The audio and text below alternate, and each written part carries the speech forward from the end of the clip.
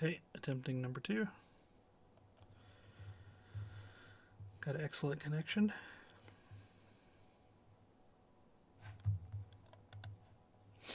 All right. Seems like we're live.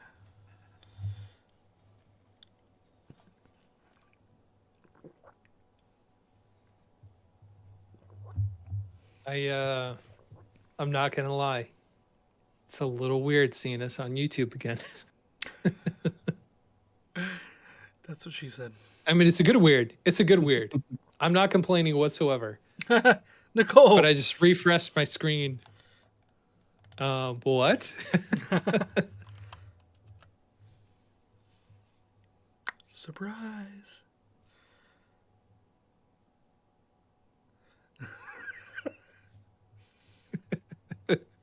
Yep. If you're trying to sleep, you should have sleep mode on your phone turned on. Yep. I'm just saying, maybe you didn't want to sleep. Maybe you needed this notification.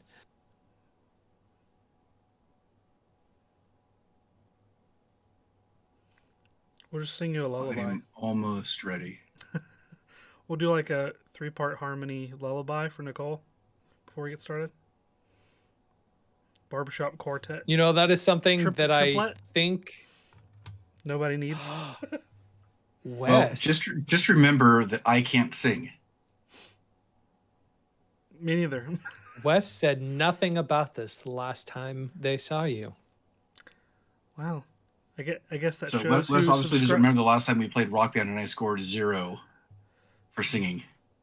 Well, that shows who subscribed to That our was a fun podcast, day. because she would have known. I didn't think that was possible.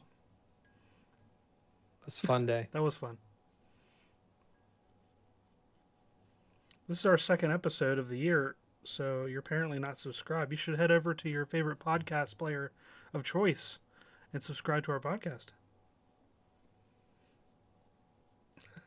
So technically, it'll be the second episode we released this year, although we recorded it last year. Correct. Yeah, I kind of had to point that out to a couple people. They're like, "Did you just record that?" I'm like, "Well, not exactly." Hopefully, We it were won't talking be about 3 what we were going to yeah. do for Halloween. If it shows you, if that's any indication as to, you know, when we recorded it. Yeah, I think I edited that part out, so it would be a little bit better with time continuity. Hopefully, it won't take this long.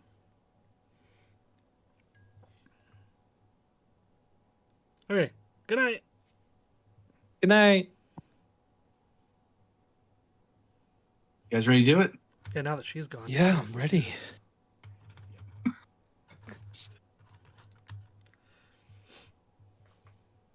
What's up, Internet? You are listening to the Making Geeks podcast, a podcast for makers, families, and geeks. And guess what? We did it again. We are back. This is episode 302. Can you believe it? And it didn't take 3 months to get the second episode out because it took quite a bit longer than that to get even 301 out, even though we recorded it. Actually, recorded it last year. Yeah, I mean, Yeah, yeah, we'll just leave it at that. We recorded it last year. Yeah. Yeah. Mm-hmm. yeah.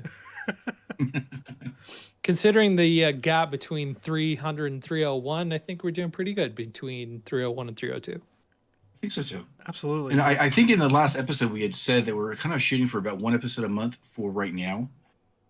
If something changes where we could do more than 1 in a month, then we could possibly do that. But expect about 1 a month for right now. Yep. Yeah, we'll try to fit some other ones in. You know, different people's schedules. You know, accordingly. So some of us might, like 2 of us might be available where the other one's not, and we'll try to maybe get a special guest in, or do like an AI version of them, or a soundboard, or do like a puppet version for them. We should each have a puppet. You know, we'll get Donovan to voice the person that's not here. You know, I'm full of ideas that no one wants to hear. I think I'm that'd be all really for fun. this. Okay. Yeah. Yeah. Oh my gosh. That'd be so cool. I'm all for that. Yeah. Or you get Jim and I to like create a profile for each of us based on like the transcript of each, you know, our previous 300 episodes, and have like a profile for each one, and they can we just load all 3 AI profiles, let them do it 1 hour, and just see what comes out. That'd be kind of interesting. See, the real question Yeah. is, if we were to put out a completely AI episode, Would anybody would notice? people notice? Or care? Would anybody notice? Or care? Maybe this is AI right now. Who's to say? Yeah. Welcome to the future, everyone. I think my AI model needs to be improved. I do too. A little more cook time in that render farm, man. Get a little extra I polys on your glitch in chin. real life.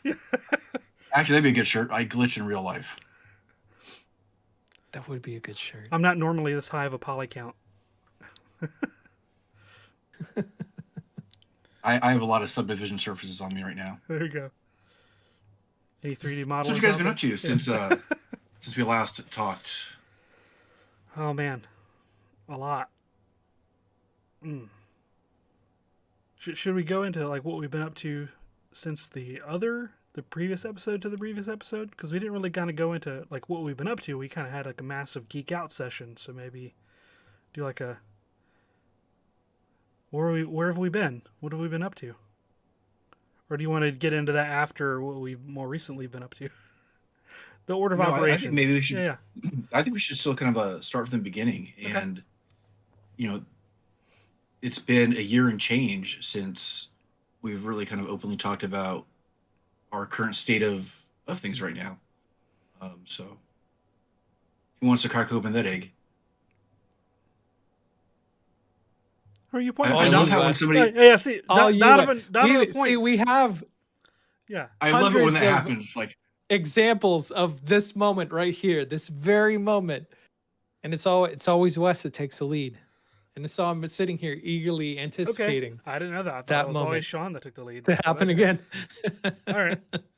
Well, he asked the question. Oh, that's true. He's usually the one to ask the question, Hmm. and then you pick up what he's putting down. So I thought we're changing it up now. Okay, that's fine. Okay. What have we been up to? Well, kids are older. Tons of kid activities on the plate. You got Cub Scouts, various forms. Got guitar lessons that didn't exist before for my son. My daughter is doing. She was doing dance and gymnastics. Now she's doing neither of those. She's doing softball. So it's like a whole new flurry of activity, and swimming in the summer, and all kinds of stuff. So from that plate, it's definitely full. I still haven't welded with my welder, so I'll keep you guys updated on that. I have welded, though, just not on that welder. Okay. In the fall, I went up to New England for the Maker Camp up there in the Catskills in New York, where Jimmy DeResta frequents every year.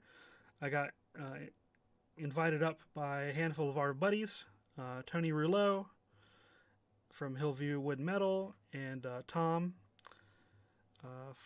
and a bunch of other people, and I had a great time, and stayed up there with Tom, and he's a Infinite Craftsman, for those who are not aware, so make sure you subscribe to him.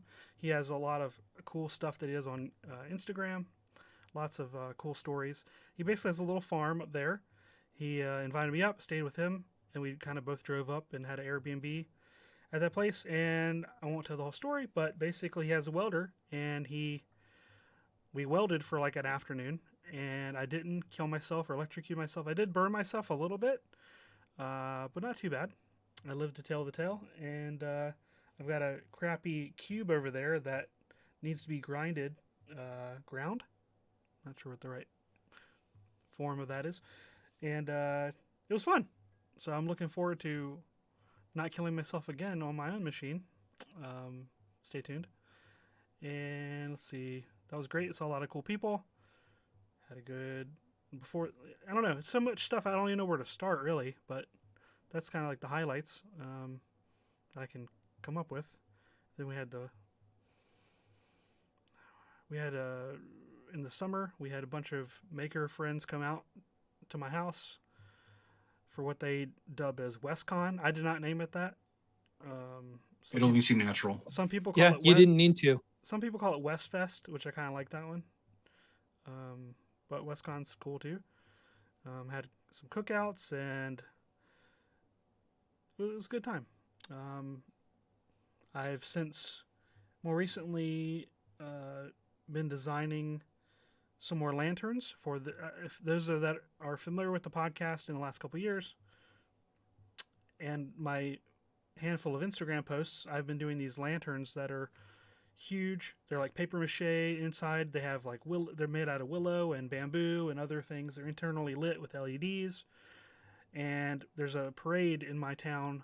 There's a couple of them that happen in the kind of darker time frame of the winter, where it's much darker, where the lights are more vibrant.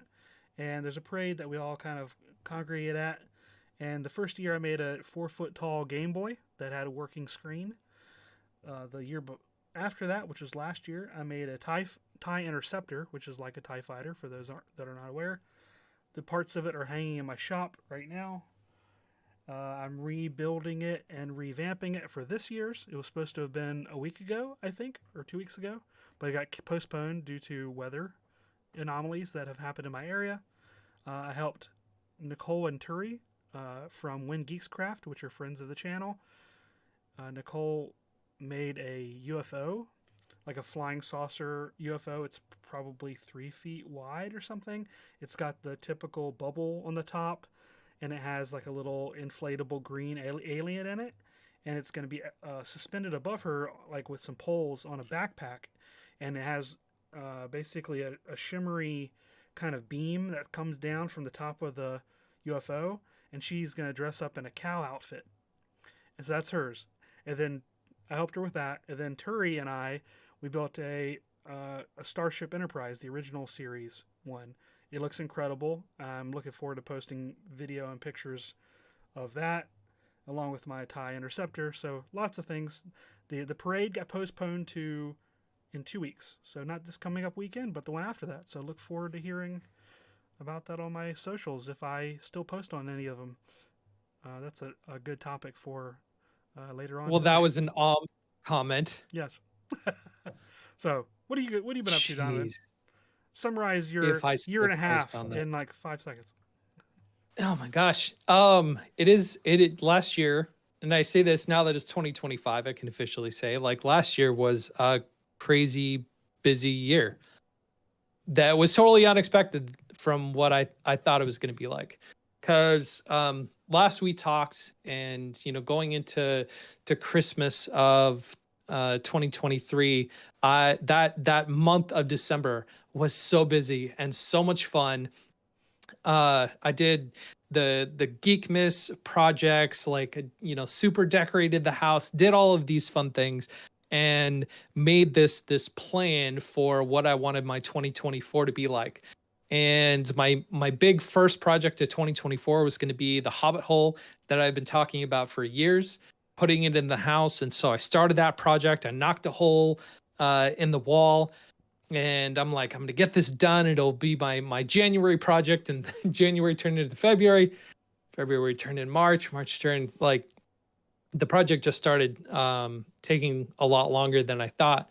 And so Wes came out. We hung out together. He wrote his name secretly all over the inside of my house, and it was fantastic. The first time I ever visited, by the way. I know. Yeah, it was awesome. And it was so much fun. We got so much done. There's this concept of body doubling, that you're more productive when you're around somebody than if you're just by yourself.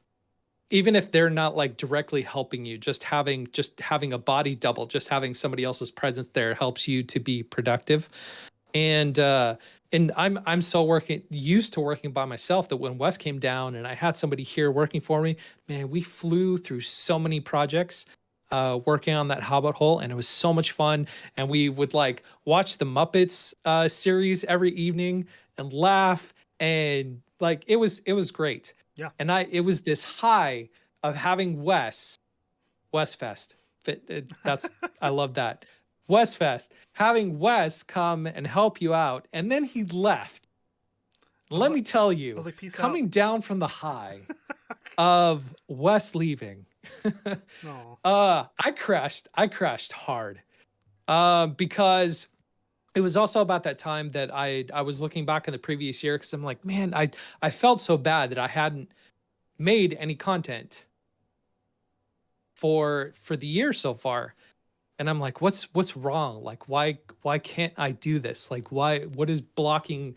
What kind of blockers do I have keeping me from doing this? And so I looked back on the year before and all the stuff that I did, which was a lot. I put out 120 videos that year, which was a lot spread across my different channels, whatnot. And I realized like how much work I had done that year and how little I had to show for it. And it just, it sucked. And from that moment of Wes leaving and falling into a slump, I got into the habit of not doing anything. I'm not creating content. That was not the intended consequence of me visiting, by the way. No, I know. I'm never coming out there again. Oh, fine. But it just so happened about that time that my son, since he's, despite my best, demands otherwise, keeps growing up. And so he grew out of the playhouse, the Zelda playhouse that I had built for him. And so none of the kids were using it or playing with it. I'm like, well, maybe I should just sell it. And so I put it on Facebook Marketplace, not really thinking that anything would come from it. And I think within the first 2 or 3 days, there was like 14,000 clicks on the post. And I had almost about 300 messages from people wanting playhouses. And so I sold that playhouse and got a client, I guess you'd call it. Got a client to build a playhouse. And so I built a playhouse. And then I built a playhouse for Maker Faire that was coming up, and had a whole playhouse booth at Maker Faire, and then sold that playhouse, and then got another client to build another playhouse. And I'm like, oh my gosh, this thing that was never a thing is suddenly very much a thing. And so Once Upon a Workbench, which I had retired when I rebranded to Geek Dad DIY, we resurrected that and turned it into the playhouse business and started taking commissions for custom playhouses. So I've built playhouses here in Oklahoma. I've built them in Missouri. I've got one up in Utah that I'm building right now, that I spent the entire month of August up there building. And so all of this was happening like very fast. Like a lot was happening very fast. And so August was a really busy month, up in Utah, building this playhouse, trying to start a business, finding new clients, all this other kind of stuff. Like so much was happening. And then I came back home and ready to get into it and ready to be productive and start doing all of this again. And my wife got a call that her dad had a stroke. And so she leaves and she goes back home for a month, taking care of her dad, who eventually passed away, and then taking care of her mom and, all the family business and stuff like that. And then she came back home after that. And it was about that time that we had a very serious discussion. We're like, what do we want right now? Like, we're at a point where we can, make a decision that if we want to, do something, if we want to, start a business, or if we want to go somewhere, like if we're going to make something happen, we're at a point where we can do it. And so we made the decision that we're going to sell the house and we're going to move. And so ever since that time, we've been prepping the house and getting things ready for us to sell our house and to move. And during that time, I've started making content again. I'm starting with like short form content on different social media channels and things like that to try to get myself back into the habit of making content as I finish the last couple things on the Hobbit hole to eventually get that one done and out, probably just in time for my house to sell. So it's been a lot, but it's exciting because of all the, the stuff coming up. So that's what's been going on with me, John. I was supposed to be thinking about. Never mind. I got it. So during the time that we were kind of away from the show, my experience and things that have been going on with me are kind of similar to Wes and also Donovan in a small way, with some people passing the family and also kids growing up. So my son is a sophomore in high school already. On the varsity wrestling team, so that takes up a lot of time. Um, and my daughter, who is in 8th grade, is heavily into theater, and she is doing her third play right now. But she's doing plays at the high school. So as a junior high student, she has a starring role in a pretty big production right now, where she has to sing and dance, which is it's amazing. I'm so proud of both of them. What's interesting as a parent, though, is I feel like I've entered into this new stage of parenthood, and I thought things were busy when the kids were younger, like a toddler age, and like you know, uh, through like 8 to 10. No, this is the most busy time I've ever had with the kids. Even though they're doing their activities, which I don't have to be directly involved with, just the scheduling of getting kids where they need to go and picking them up. And wrestling tournaments are never ending from October to February. Probably, I don't know, 8 different weekends we've spent in sweaty gyms and yelling and backaches from sitting in the bad stands. And it's been busy, but it's been great. So, a year and change ago, where I made a prediction that I was going to have to step away because of scheduling changes, and I even cut back some responsibilities at work. Well, turns out I was right, because things got that much busier, and will be at least for the next 4 to 5 years at this point. But at that point, I'll be empty nester, so that's kind of like getting close to the last couple years here. Crazy. Yeah. That is a It's- crazy thought. Yeah, it's been interesting. And last year, or not last summer, but the summer before, something was said to my wife that she shared with me that was almost like a gut punch. That said, just remember, you only have 3 more summers with your son. I was about to say something like that. Yeah. And that was, Hmm. I wasn't ready for hearing that. Yeah. At least framed in that way was really, really kind of weird. Hmm. And he's looking at doing some big things, and even like the summer he's going to Spain for a trip. Yeah, we're prepping the kids to not have to stay still. So life has changed a lot. And with that, my online presence is a lot smaller, which I don't regret in a lot of ways. I still have some obligations for YouTube, but I don't know. That's dialing back too. You say it's smaller, but I saw a screenshot. You appeared on somebody's YouTube advertisement for We Create, I believe, the laser company. Whatever with them. I mean, but still, I mean, you say smaller, but in some ways, We're I not guess saying that you're the face of that laser, but they're kind of using your face to promote that laser. Well, truth be told, I would rather not be associated with that company anymore. But I do have some other laser videos coming out. In fact, I have one coming out on Saturday. That's a pretty big one. So it's not completely gone, but it's definitely a lot less than what it was before. And I'm okay. And here we were excited for you. I know, jeez. I rescind all of my excitement. Never mind. If you see me in like a Thunderbolt commercial or for X Tool, then I'll say like, yeah, I'm doing better. Okay. Speaking of new tools, Then we'll know you made it. Yeah, that's right. Yeah. Yeah. I got a new tool since we're sort of talking about new lasers and things. I ordered it New Year's Eve. It was my Christmas present that has a backstory that I won't get into. But I ordered Christmas Eve. It just showed up 2 days ago.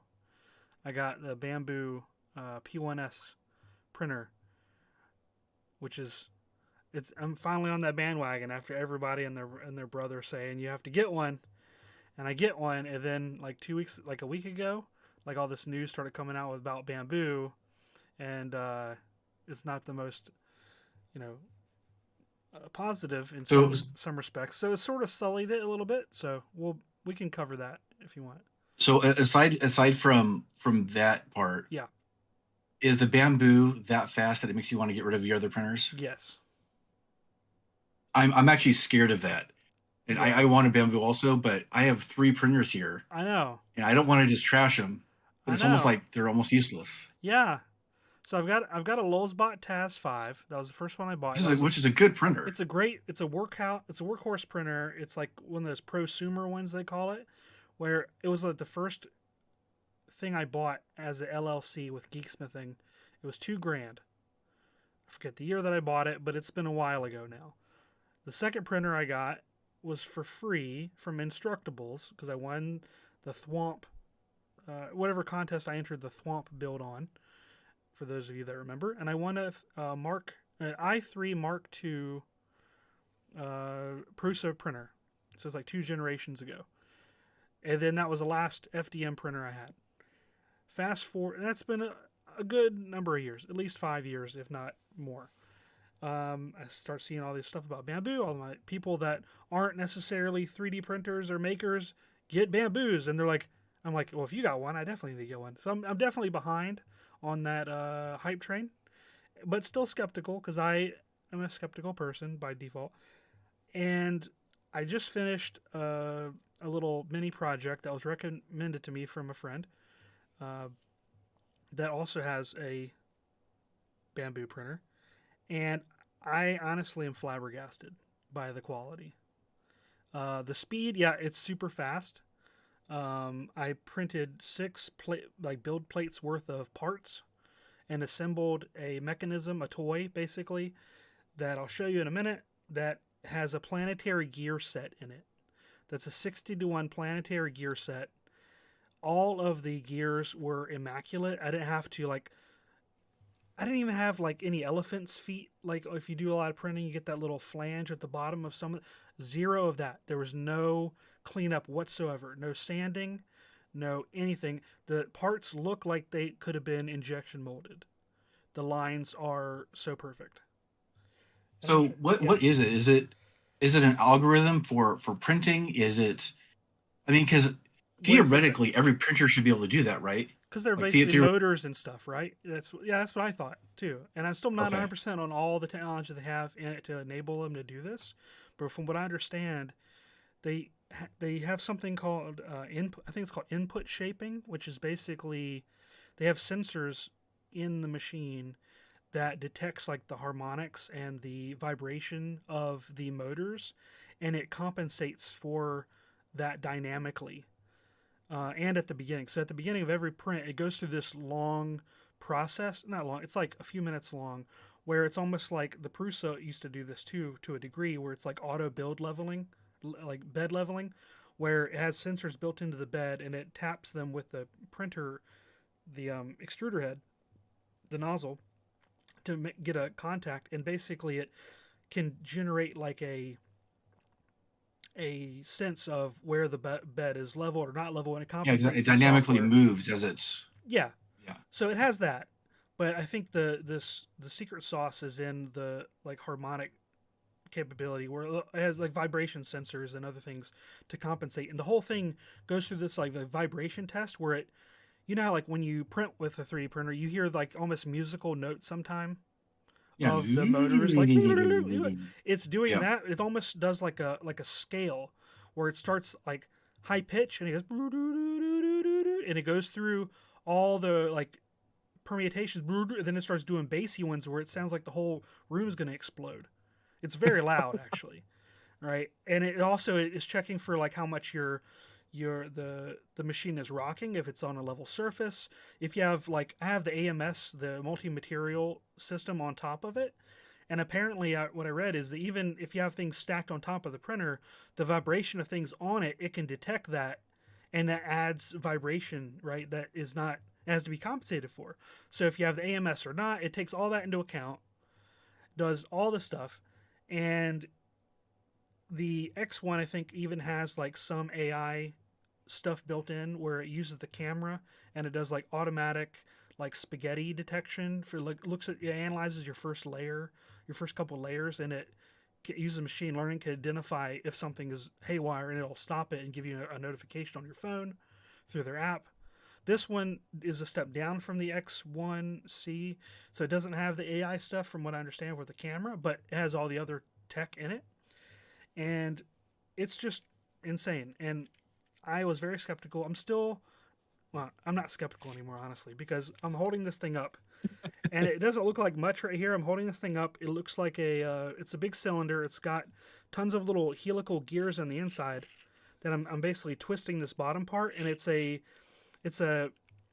has these helicopter discs that you print out, and you put it on the top of it, and you twist the bottom, and it launches little propellers up in the air. It's for like an outdoor toy kind of thing, a flight toy, and it's got probably 1, 2, 3, 4, I don't know, like 10 different gears inside, and it's got gearing on the inside of that, and you twist the bottom, and it rotates this planetary gear set at a 60 to 1 like amplification basically, and it's got it screws on. It has like all the different parts that are printed perfectly, so you can just I don't even know how to describe it without getting giddy, like how immaculate it was. And So like, the funny thing is, so I've been watching what people have been making with that printer, yeah, and what's funny is more than anything, I'm more impressed by what people are modeling than what the printer yeah. produces sometimes. The, And there's some really complex stuff. It's really cool. I don't know what the tolerance level is for like the model for this, but it has to be so low because the gears are like interfacing so perfectly, and there was no modification. I didn't have a single bit of trouble putting this thing together, and it spins. And they say if you put oil in it, it spins even like more. Look at the ASMR. Listen to this. Hear all the plastic gears?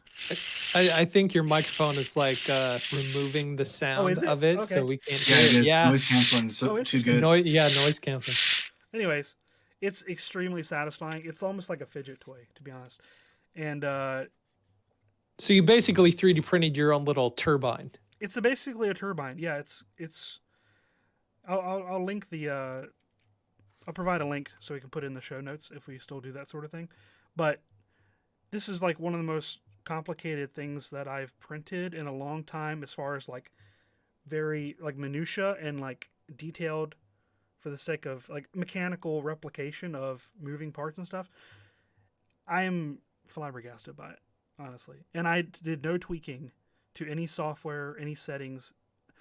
I didn't have to do any sort of weird stuff with the bed. I didn't apply glue stick or isopropyl alcohol or anything.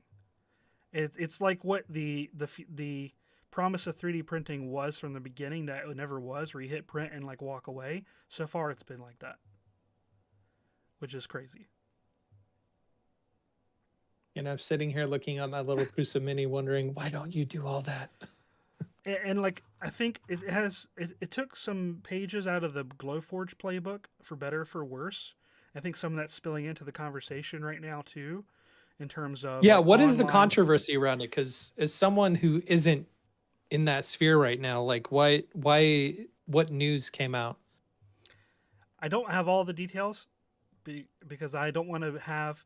I'm intentionally avoiding some of it with like ostrich with his head in the sand, because I just got the thing and I don't want to be like pissed off that I just got it, honestly.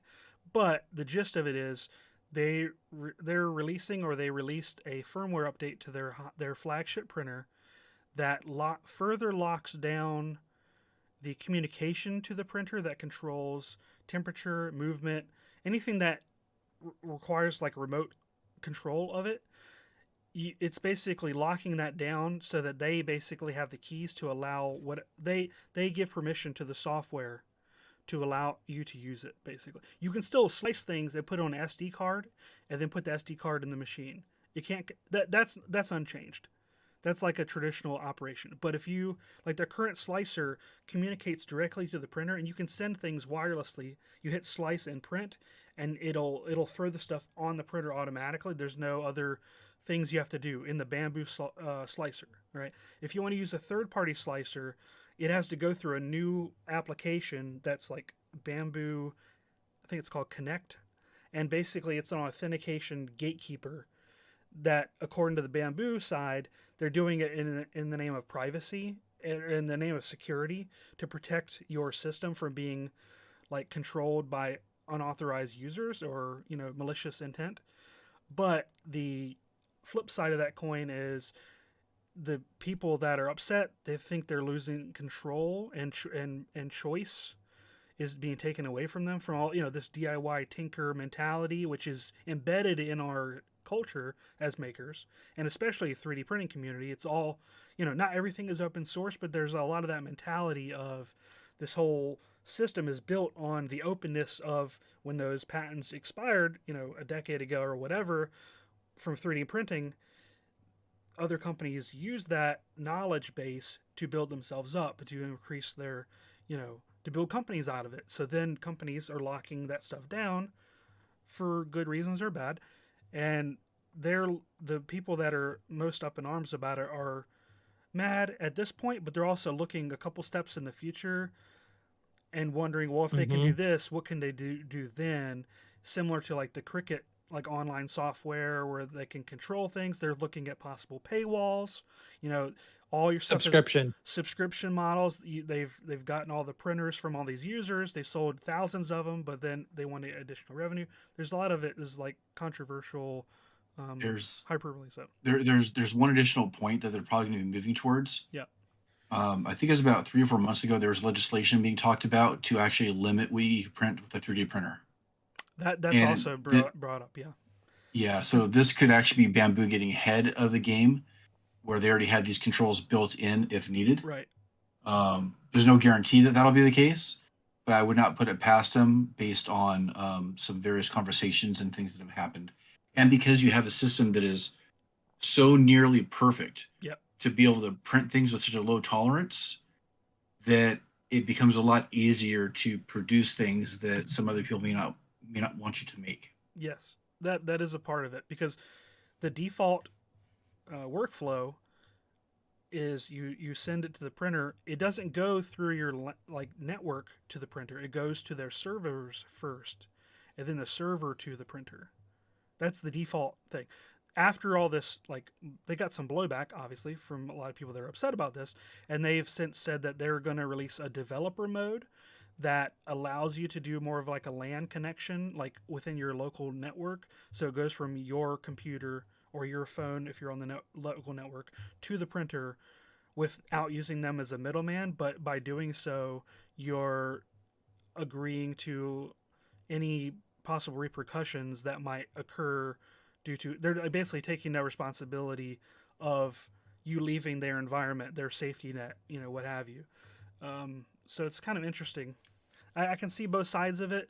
The 2 printers that I have were open source, when they first came out, or open source adjacent. That I have a K40, which is essentially open source. For a laser cutter, you can do whatever you want to the thing, modify it. I also have a Glowforge, which is like the flip side of the coin. It's a controlled ecosystem. It's almost like a parallel to Apple in a way. Like to be an Apple developer, you have to go through them. They're the holder of the keys to what runs on their on their hardware, what the software is. I don't know where I fall on this yet, officially, but it's. I think it's a little bit is they're kind of conspiratorially looking into the future too far. But I don't know. I'm cautiously optimistic, but I don't know. It's really kind of interesting. Yeah.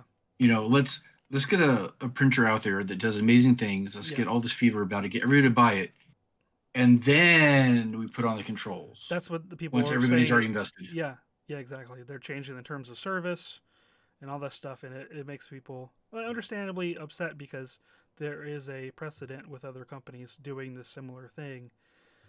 It's not unheard of, so hopefully they do the right thing. If the end result is you get prints that are perfect, is it worth it? I don't know. Is it worth it? I mean, it's the John Deere model. You may own the hardware, but we own the software, and it won't work without the software. So you have your production printer. Yes. And then you have your open source printer for privacy. Right. It's interesting. But then I also read that the Bamboo system was already jailbroken. So. Yeah. Of course.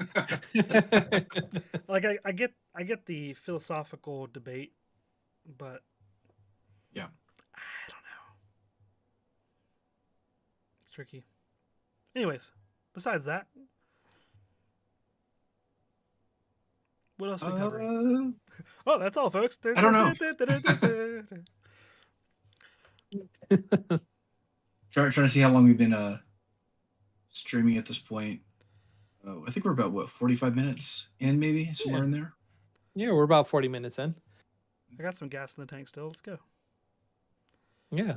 Is there any other geek subjects we haven't covered in the time between when we recorded and now? Like some trailers, maybe, or other things we can kind of quickly run through for those that are. Yeah, I would really, really, really like to talk about the Superman trailer. Okay, let's talk about the Superman trailer. Donovan, go first.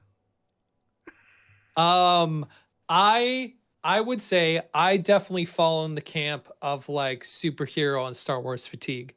This past year, since we have like talked and been together, I have not cared about anything superhero related or Star Wars related. I haven't watched anything on like Disney Plus or whatever. I've heard that Skeleton Crew is really good. Um, and so I'm probably gonna watch that before our subscription ends in about a week because we canceled everything. Um, but other than that, I haven't been excited for anything. That said, I am excited for Superman. I am cautiously optimistic about what James Gunn is going to do with DC properties because it looks, from the way it looks and the way it feels like it's going to be a good movie.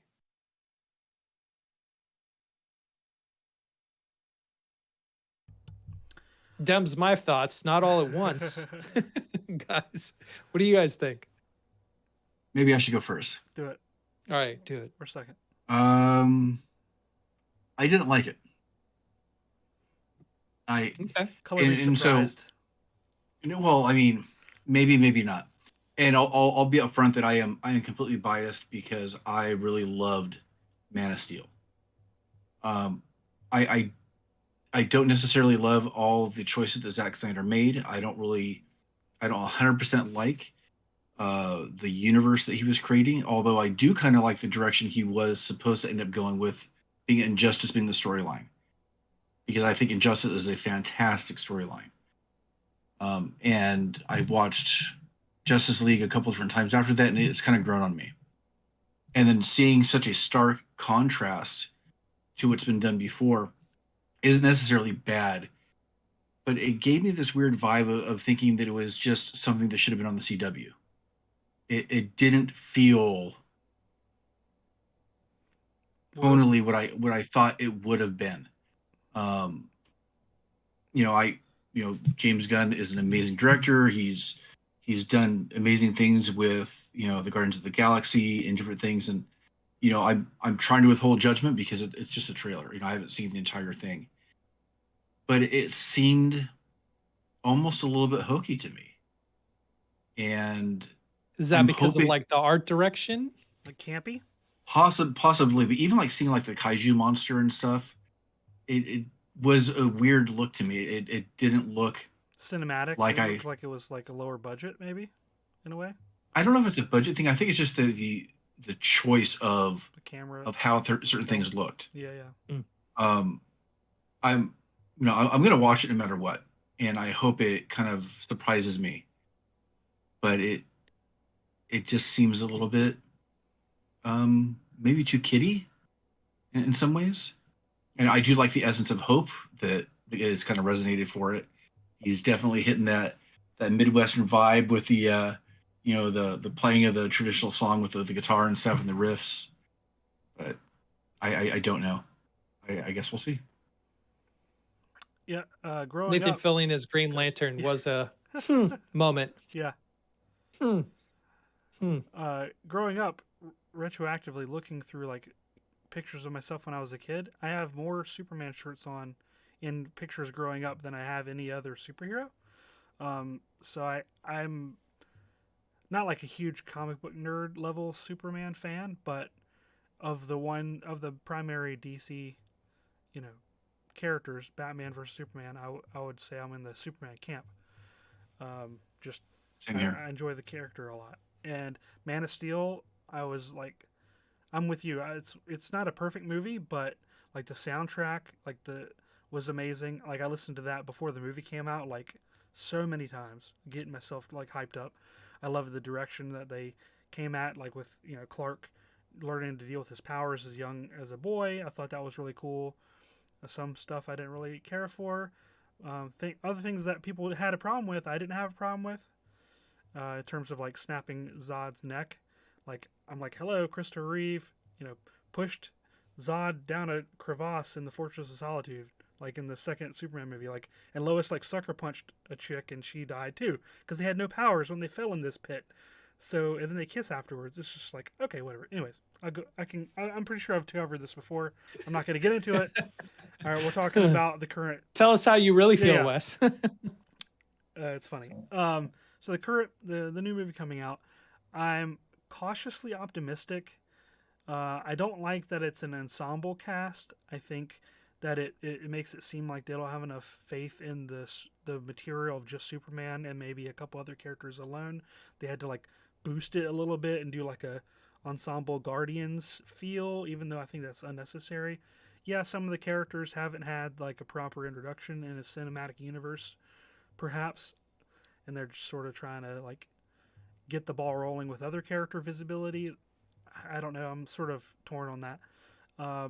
I do like you talked about, the hope feeling. I like that. I like something that's not as broody because I feel like I got enough of that feel from the other movies. As much as I like them, they definitely went into that realistic, broody, sulky kind of feel, and definitely darker. That's the easy term everybody uses. I'm okay with something optimistic, especially right now. I need a palate cleanser. I want something, positive. I'm okay with a Boy Scout in underwear.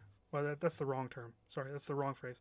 You know what I'm saying? Superman is usually I didn't even think about it, but when you said that, it made it worse.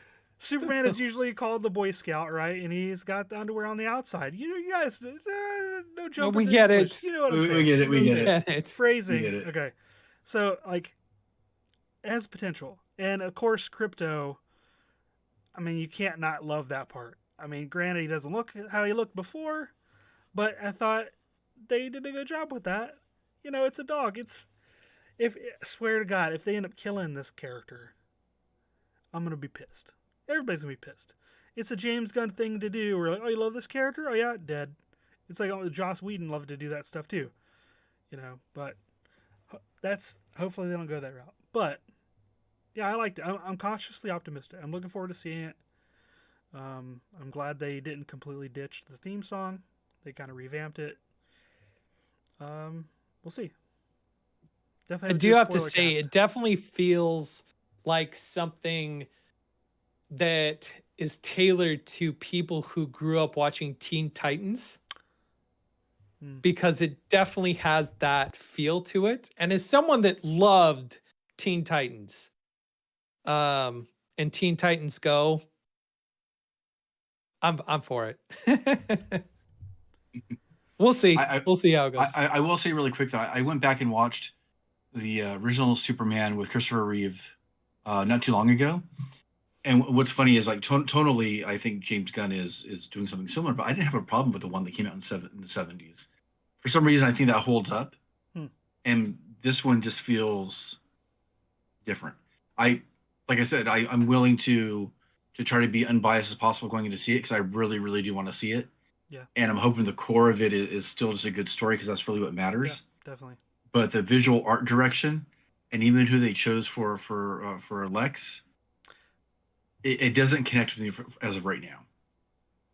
Yeah. But I guess we'll see in July? I think, when it comes out. Something like that. Late June, early July. Westfest? I'm going to be out of town. Right around there? Yeah, unfortunately. Maybe I can wait and watch it later on. I don't know. We'll watch Fantastic Four and Superman. Doubleheader. That'd be good. That would be cool. All right, one more thing I got to ask you guys about. Yes. Just because I have some strong opinions. And I know Wes may have some strong opinions. Sean, I don't know if you have strong opinions on this. But the Switch 2 was announced. Does it make you want to get one, Sean? As someone that doesn't, you like, as far as I know, you still don't have a Switch, right? Oh no, I own a Switch. Oh, you do? We have 3 Switches. So you in my own a house. Switch. I've Okay, owned one for years. You own a Switch. You just haven't played Legend of Zelda. Right. I Oh, I like the Switch. I think it's a fantastic system and a fantastic platform.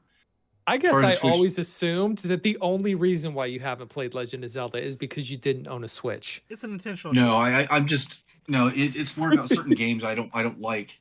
I think because my eyesight and my focus is different now, that I want something on a bigger screen. And we talked about this before. I mean, I know I could connect the Switch to a bigger screen. It's let's just say it's something that I haven't invested time into. But no, Okay. I've been waiting to see what the next thing has been for a while because Nintendo is such an innovative company. I want to know what's next. We had some rumors and indication that it wouldn't be that different because the Switch was so popular to begin with that it's almost like a Wii and Wii U situation. I But think it's bigger, which is it's not even as drastic as that. Honestly, I don't think. Like I think Wii no, to Wii it's U even was less draft. yeah, Wii to Wii U was a large. It's like a whole thing. Like the part of the problem with the Wii U is people thought the jump from Wii to Wii U was smaller than it was, or like Mm. they thought the Wii U was like. In some ways, it did do stuff that the Wii did, but they thought it was like an add-on to the Wii, and so like, oh, I don't need that tablet thing. I have a Wii, but like In no, all it's reality, yeah, when I was at your house, whenever that was a year and a half ago, yep, that was the first time I've ever played something on the Wii U, right, and it was awesome. right. Because they took Right? I advantage of had that no screen, idea. the asymmetric gameplay. Like in Yeah. for those that aren't aware, when you buy a Wii U, you get Nintendo Land with it, which has a collection of mini games, and a big part of the gameplay in the Wii U is asymmetric gameplay, where the person with the tablet controller looks down at the controller and they play what's on there, and then everybody else looks at the screen and plays what's on there, and you get sort of like this interesting, like kind of give and take that you know isn't readily available in other game systems. Like you get Xbox, PlayStation, whatever. Let's do a split screen, you know, or like N64. Let's play N64. Let's play GoldenEye, split screen, 4 player.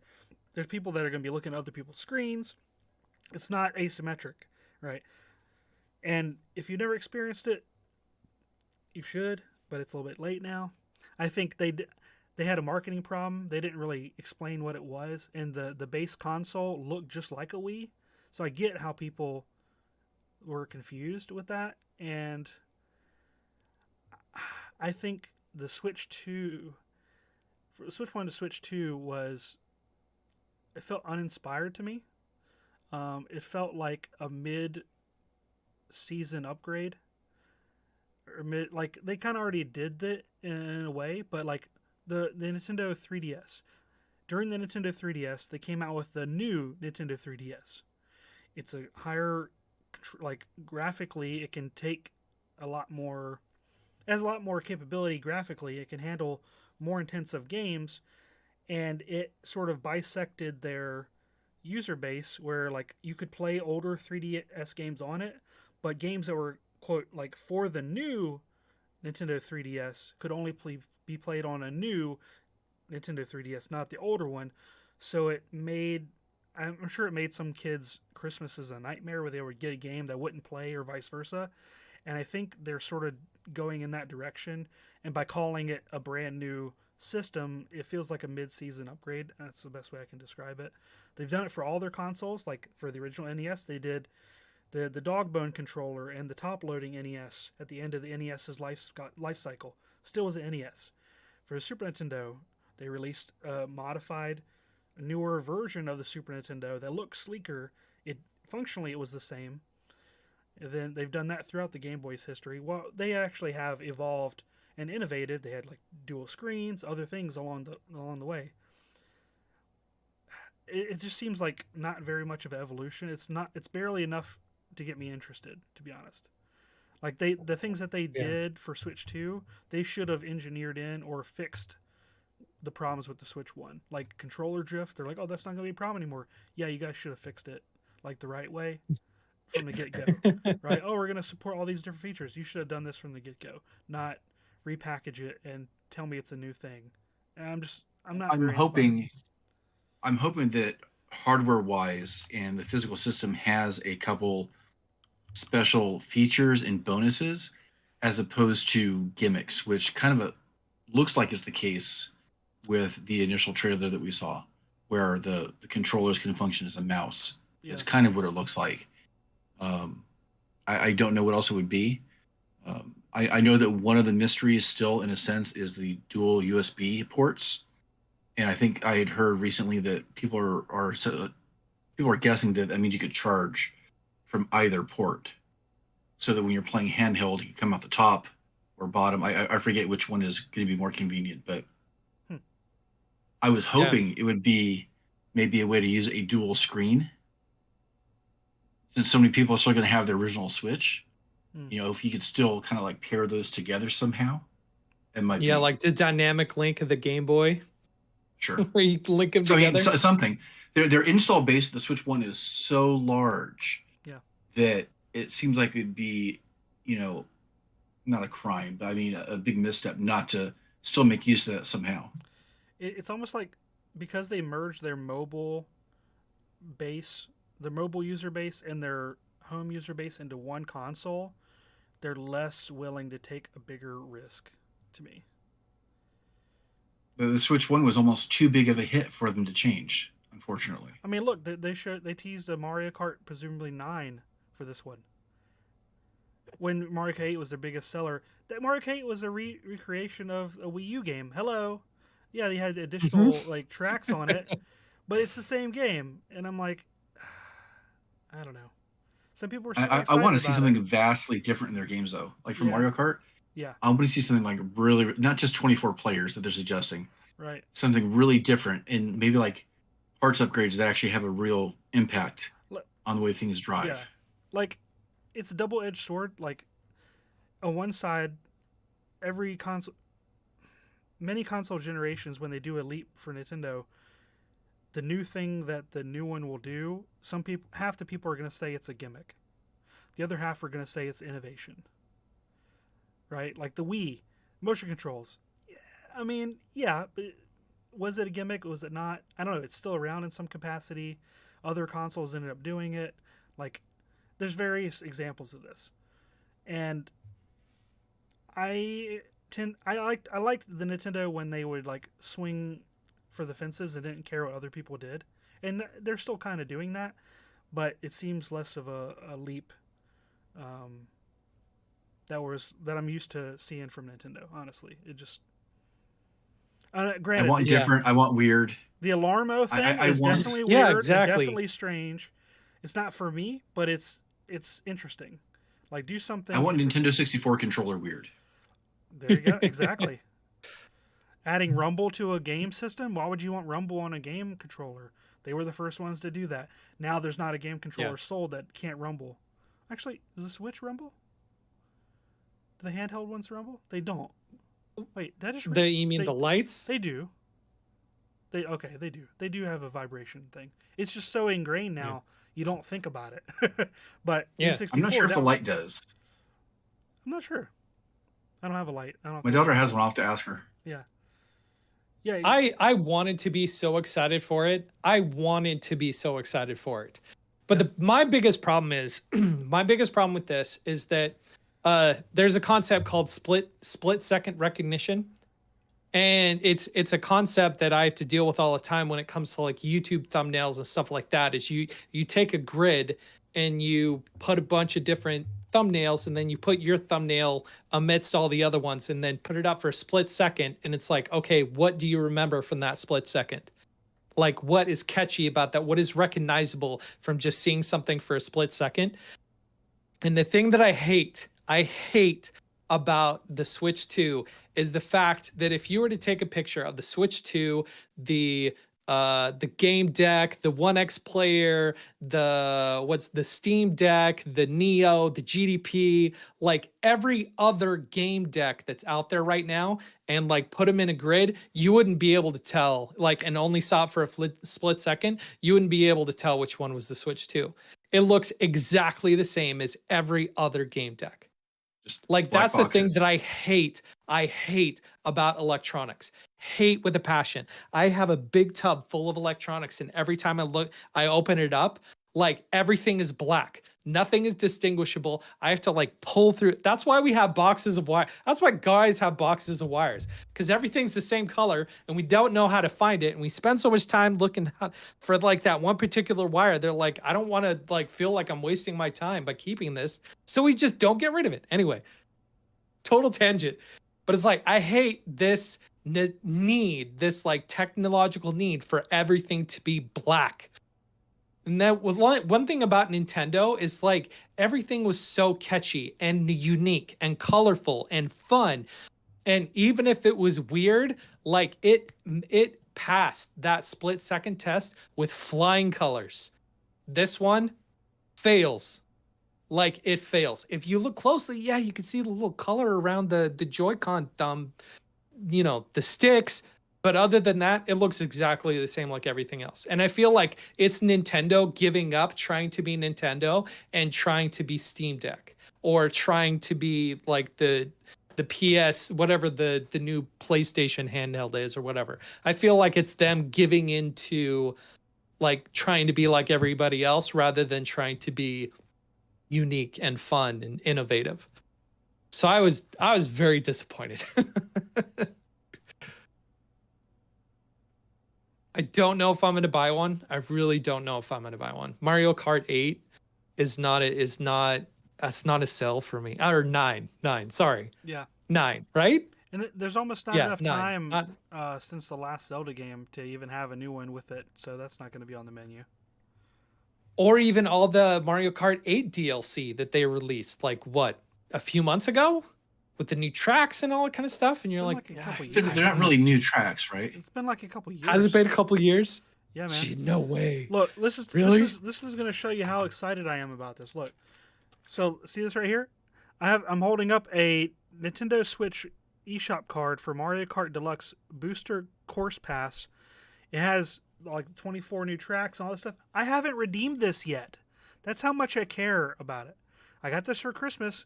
Catherine, my wife, if you're listening to this, I'm sorry. I got this 11/22/2023. The code is. No, I'm just Oh kidding. my gosh. I haven't redeemed. From what I understand, I at least haven't played it. I know they're brand new courses. They made them completely new. Some of them might be like revamps of like something that existed on the DS or Super Nintendo or what have you. But I don't know. I'm kind of over Mario Kart 8. This is coming from the dude that spent a year and a half creating a friggin' Mario Kart 8 mural in my son's bedroom, for God's sakes, okay? Mhm. If I'm not on board with Mario Kart 9, who will be? I don't know. I want something more. Yeah. I'm with you.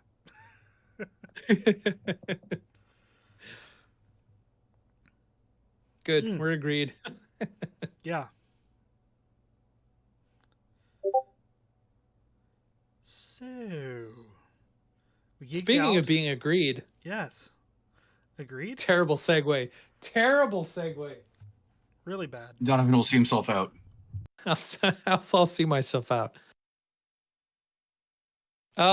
Speaking of terrible segues, we have patrons that I don't know if they're surprised that they're still patrons or not, but we do have patrons here on the channel, and we want to thank all of them.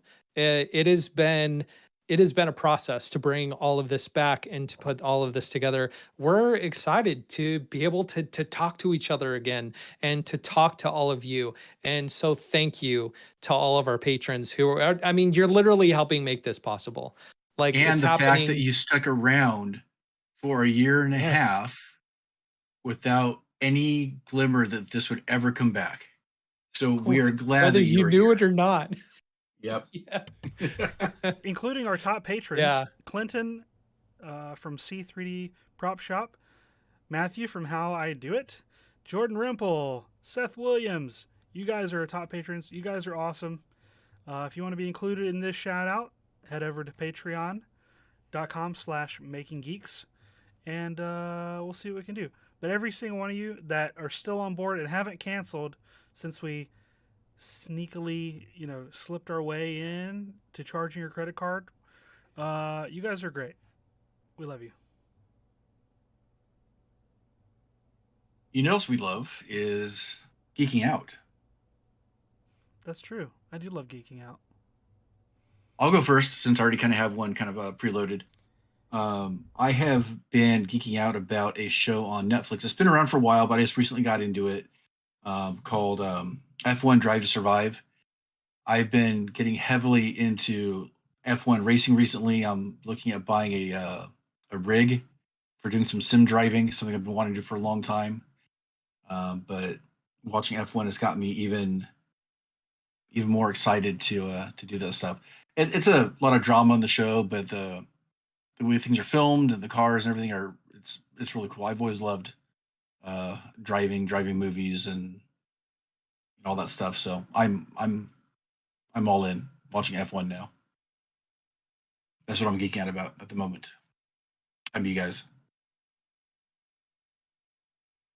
So like I said before, we just in the process of getting ready to move and all that kind of stuff. We've canceled all of our subscriptions to the different video platforms and whatnot.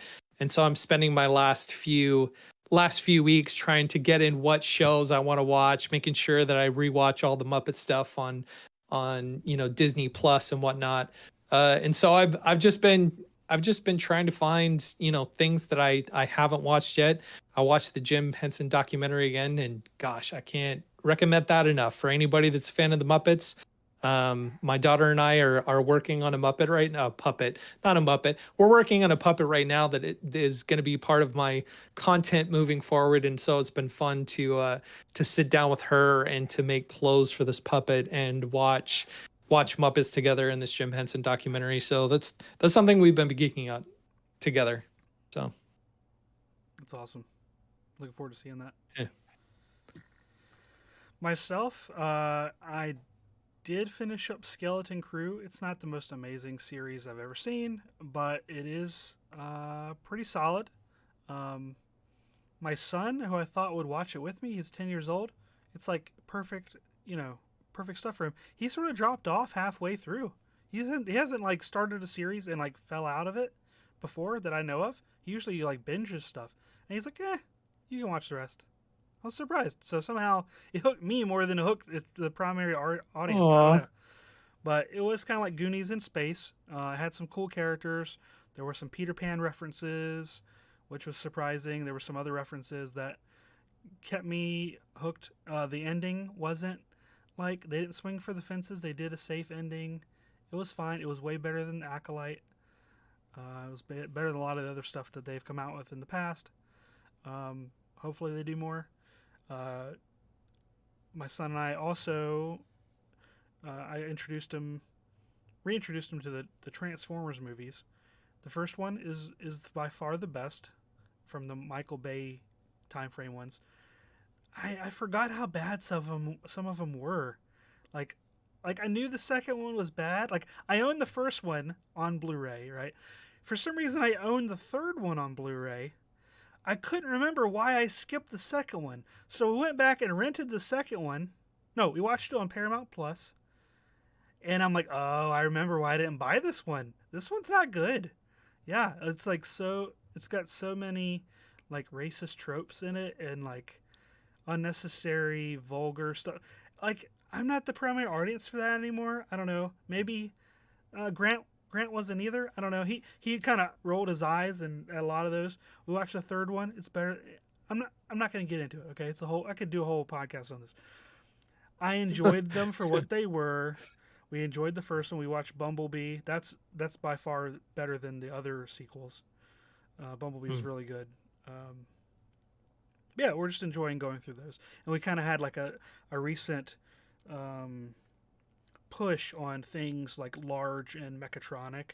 So we watched Pacific Rim. He had never seen that. He really enjoyed the big robots beating the crap out of each other. We watched some Voltron. So big robots, having battles on that scale. Oh, we watched What If. So the last season of What If, they have an episode that is like big robot stuff fighting, like kaiju level stuff, which was fun. Wow. And it went along with my Captain Carter shield that I just mounted. I've had since Father's Day last year. I just mounted it down in the basement, so it's up on the wall. So yeah, I'm geeking out about that too. When you come through the basement, down the backside of the hallway, if you're familiar with my house layout, it's like right there looking at you, like at eye level. So it's pretty cool. Yeah, that's what I've been up to. Cool. It's So, good talking Oh, to you that guys. so we did get the entire episode. we It's did all right so then. good. So the Yeah. reason I interrupted it is because normally we would spill into our, hey, you can find us on these socials, but there seems to be more stuff to talk about. Maybe we'll save the meat and potatoes of it for next time.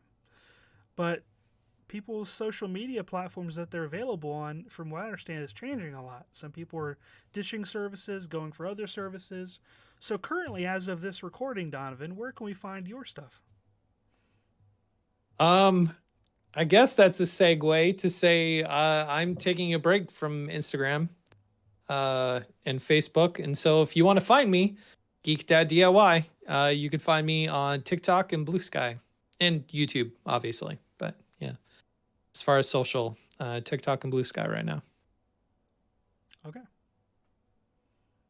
I am still available on Instagram, on Facebook, on YouTube as Geeksmithing. I just opened a Blue Sky last night, and it's like there's nothing to do on there right now. I can't really find anything to watch or do. I don't. Maybe I'm just an old person that doesn't understand these new fangled platforms, but I'll get there.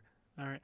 I haven't completely gotten on the ditch Instagram and Facebook train, but I'm getting close. So we'll see. You can still find me on all the socials. I have not blacklisted any of them yet, but maybe in the near future we'll just kind of see. Unfortunately, I still have some ties to some different ones that I have to kind of monitor. Unfortunately, so I guess I'm on all of the socials, even Blue Sky, even though I've probably opened it up a total of 2 times. But that's the way it is for right now. I'm gonna bring back ICQ. I think. I think you Or should. something. Yeah. Need Tom from MySpace. Well, I think that about wraps up our show for tonight. We'll be back in a few weeks with our next episode. We'll have to talk about a new system for kind of notifying when that new episode is going to kind of air. Maybe we'll start doing some posts in YouTube, and maybe kind of like widening that presence of how we get that message out there a little bit. But that's something that we'll kind of work on the back end and try to give you guys a heads up as soon as possible, because we are recording live and streaming live on YouTube, and would like to get back to kind of building that fun interactive audience while we're recording. But in the meantime, you can find the podcast on your favorite podcast player of choice. You could look at the past streams on YouTube. We will be posting an audio only version of our last episode on YouTube probably within the next week. I think it's going to be audio only. We have to double check, but we'll have something there and get the word out. We are back, and we can't wait to bring you the next episode. Heck yeah! And if you want, join us on our Discord server. We still have those.